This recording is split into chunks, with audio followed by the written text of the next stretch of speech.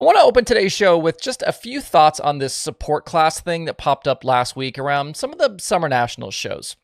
I got tagged multiple times in the Kankakee County Speedway Facebook post where the promoter went through his finances for a race night like the Summer Nationals, and explained why they need support classes for those events.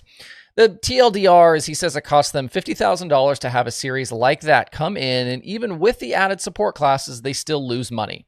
And then the end of the post turned into a rant against streaming services, which was about as predictable as these types of posts get these days. Going back to last week, I was critical of when some of these shows were getting finished up and said they need to do better to get folks out of these racetracks at a reasonable hour. And especially when you're having a midweek show, there's plenty more leeway on a Friday or a Saturday night. But when you schedule a midweek show, you can't have families in the grandstands until midnight on a Tuesday or a Wednesday, or sometimes even past midnight. People have jobs. Their kids got, activities in school. Like, you can't do this.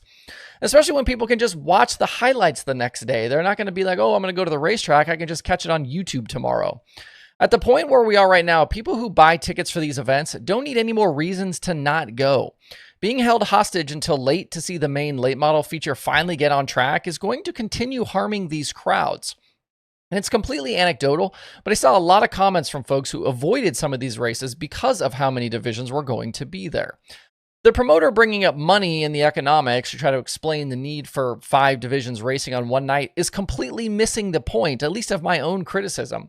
I don't care how many support classes there are, as long as the program runs well and is over at a reasonable hour. If you can get through 9 support classes in 4 hours, that's great. But when you need 6 hours, 7 hours, sometimes more than that, that's a problem. And there are ways to do things where you can have the back gate revenue with the support classes and still keep things moving. You can front load the program, do all of the big stuff first. That's stuff that people came to see. You can put a time limit on some of those extra races, some of the heats and things like that, so the cautions don't go crazy.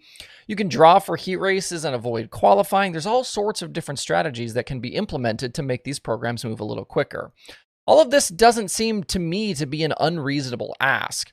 And know that I'm saying all of this with no ill will or disrespect to those local racers who are part of those support divisions. I heart them too. I want to see them race as well. But I don't want to see tracks close. I don't want to see promoters losing money and the sport shrink. We're being critical here, but we're trying to be helpful. We're trying to offer up, say, hey, this is what's happening. This is why we're not coming. These are changes that you should make. I'm rooting for Kankakee and all of these tracks to do better.